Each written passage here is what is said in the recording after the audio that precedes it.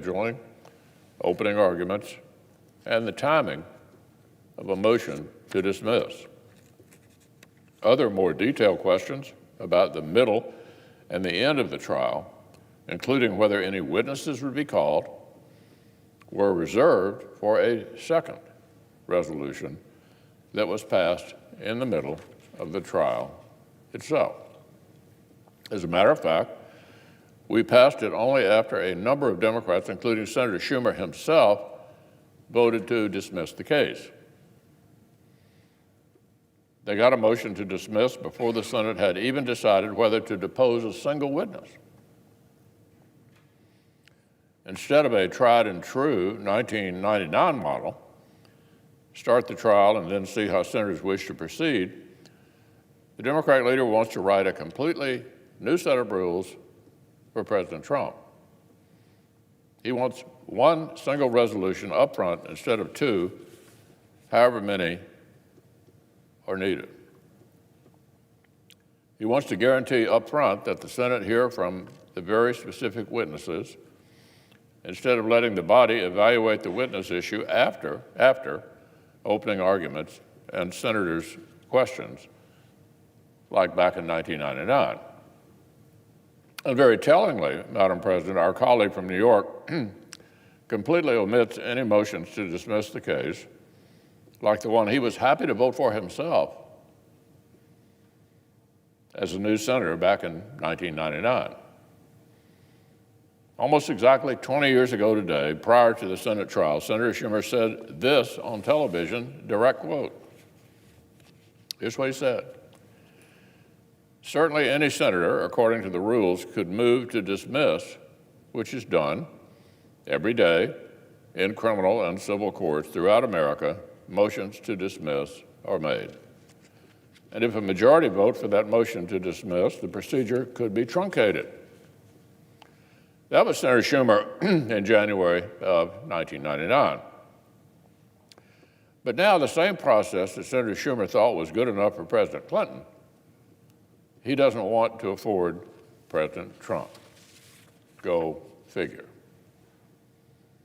Look, most people understand what the Democratic leader is really after. He is simply trying to lock in live witnesses. That is a strange request at this juncture for a couple of reasons. For one thing, the 1999 version of Senator Schumer vocally opposed having witnesses, even when the question was raised after hours of opening arguments from the lawyers, hours of questions from senators, and a failed motion to dismiss. How can he have prejudged that he favors live witnesses so strongly this time before the Senate even has articles in hand? Moreover, presumably it will be the House prosecutor's job to ask for the witnesses they feel they need to make the case. So why does the Democratic leader here in the Senate want to predetermine the House impeachment manager's witness request for them before the House has even impeached the president? Might he be coordinating these questions with people outside the Senate? Here's one possible explanation. Maybe the House's public proceedings have left the Democratic leader with the same impression they've left many of us,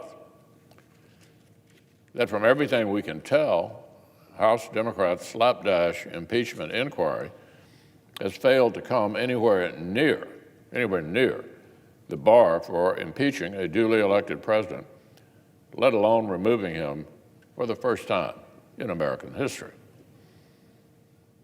And so those who have been eagerly hoping for impeachment are starting to scramble. Chairman Adam Schiff and House Democrats actively decided not to go to court and pursue potentially useful witnesses because they didn't want to wait for due process.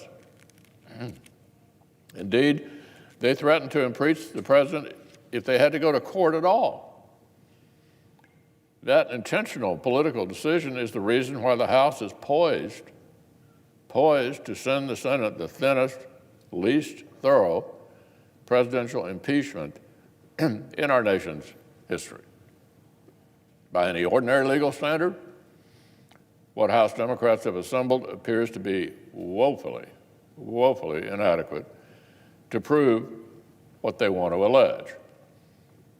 So now, the Senate Democratic leader would apparently like our chamber to do House Democrats' homework for them. He wants to volunteer the Senate's time and energy on a fishing expedition to see whether his own ideas could make Chairman Schiff's sloppy work more persuasive than Chairman Schiff himself bothered to make it. So, Madam President, this concept is dead wrong.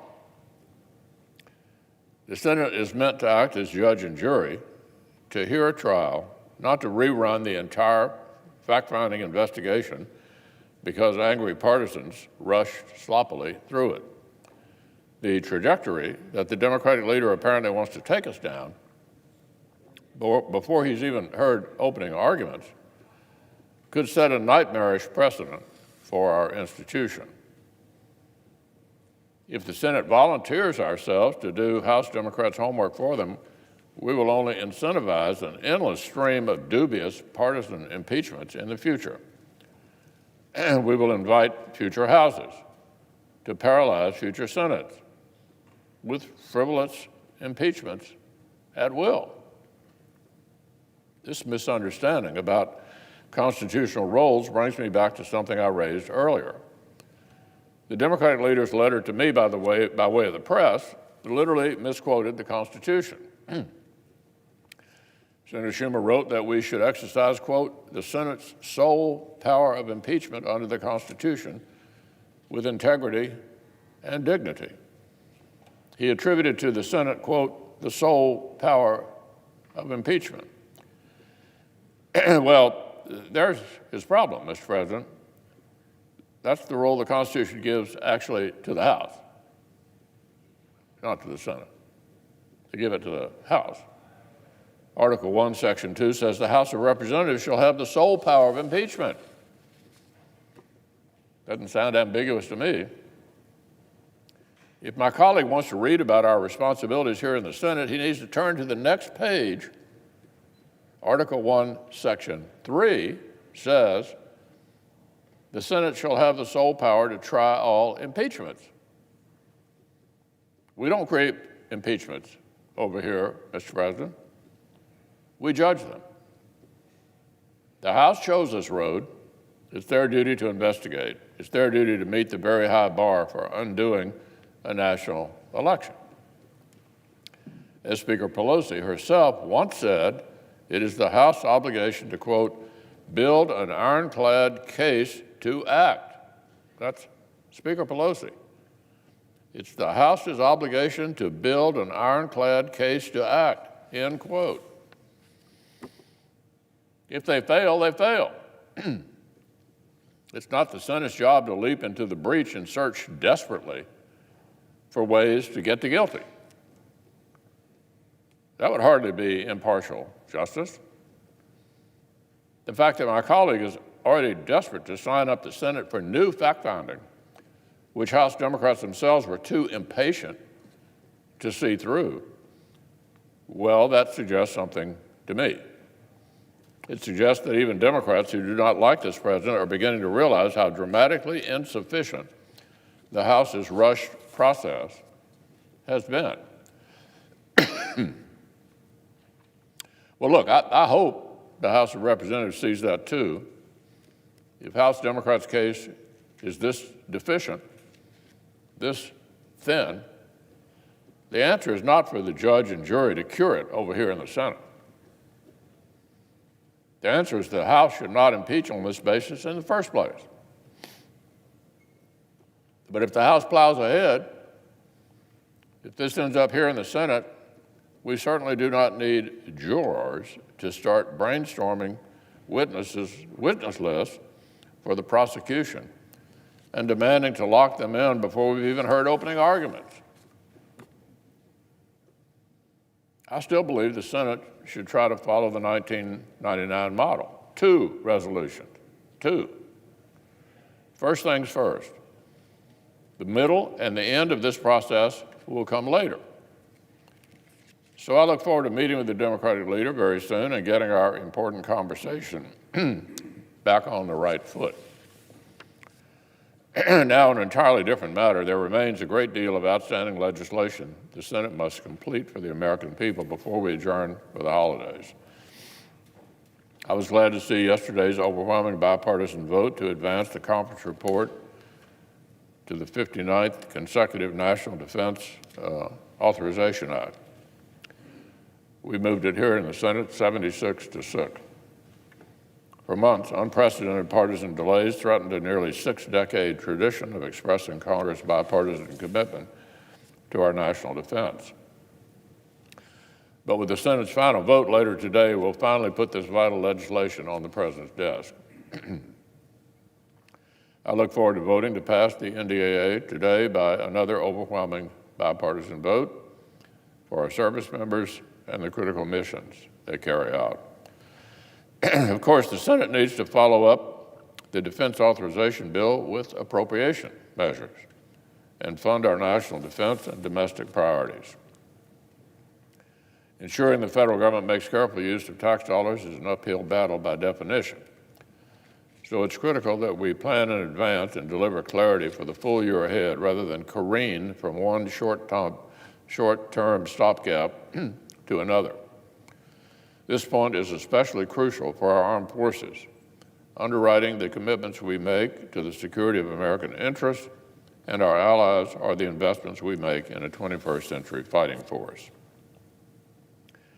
And our nation's top military commanders have been crystal clear. This requires stable and predictable annual funding.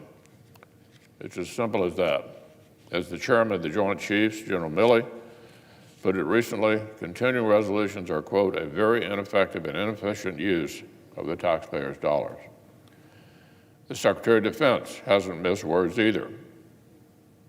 Quote, every day that a CR continues is one less day that we can invest in future capabilities and future technologies. As a simple matter of good governance, avoiding another stopgap CR is an important step. So I'm encouraged that the House is preparing to advance full-year appropriation bills this week. But obviously, what's actually in these bills certainly matters.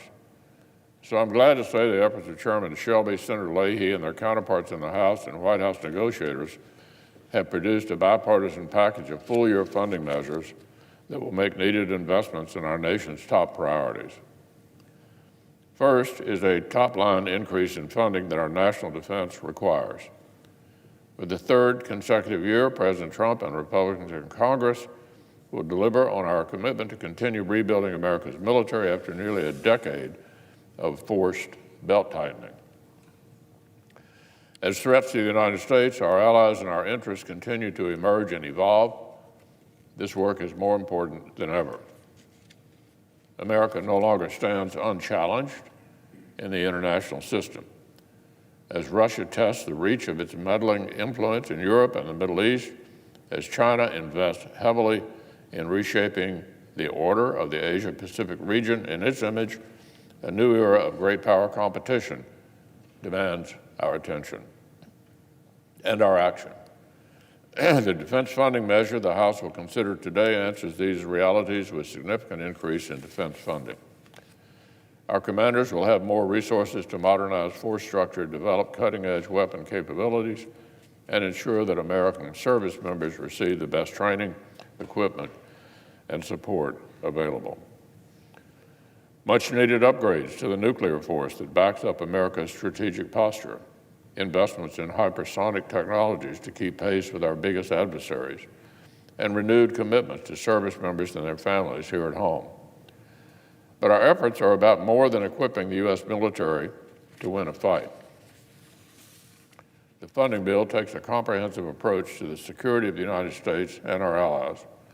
It will unlock targeted resources for countering the creeping influence of authoritarian powers so that military engagements become less likely in the first place. I'm particularly proud that thanks to my own efforts, the legislation modernizes the reporting requirements of the Hong Kong Policy Act I sponsored way back in 1992. It expands our support for democracy in Hong Kong, including legal support to Hong Kong activists, and increases countering Russian influence, the Countering Russian Influence Fund. Of course, our work goes beyond defense and foreign affairs. We're talking about full-year funding for the federal government's domestic work as well. For example, big wins for the President's agenda to bring more security to the southern border. This year's funding bills provide another $1.4 billion for the border wall system, plus more flexibility on location than last year's funding. And despite the efforts of some House Democrats during the process, presidential authorities to transfer necessary funds remain intact. The bills also fund critical transportation infrastructure grants and inland waterways projects.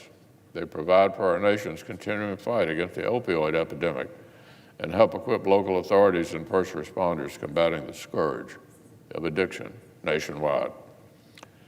And I'm very proud and pleased that this legislation also contains Tobacco 21 legislation that I introduced with my friend and colleague Senator Kaine from Virginia this year.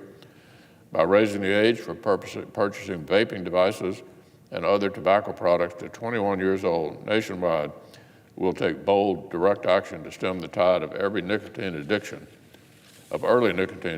among our nation's youth. In another provision that I fought to include in the legislation, we'll secure the pension benefits of nearly 100,000 coal miners and their dependents in Kentucky and across the country. Another key section provides hundreds of millions of dollars more for election security, another step in the work by Congress and the administration to make sure the lapses that took place on the Obama administration's watch in 2016 are not repeated. The list goes on and on. All manner of important priorities will benefit from this bipartisan legislation. And it's not just about what these bills will continue, it's also about what this legislation will end. It will take several more big bites out of the failures of Obamacare by repealing more of its burdensome taxes. Already, Republicans have repealed the rationing board that Obamacare set up to micromanage health care and zeroed out the individual mandate penalty. We've already done that. Now, this legislation the House will pass today will repeal even more of Obamacare's misguided measures, such as the medical device tax and the Cadillac tax. So, Mr. President, there are two timeless truths about the appropriations process in divided government. First, neither side will ever get what they would consider to be perfect bills.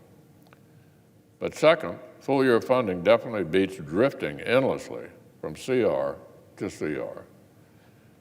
This legislation we expect the House to send us today satisfies important priorities for the White House, for each of my colleagues, and for the American people. I look forward to supporting it and hope senators on both sides of the aisle will do the same.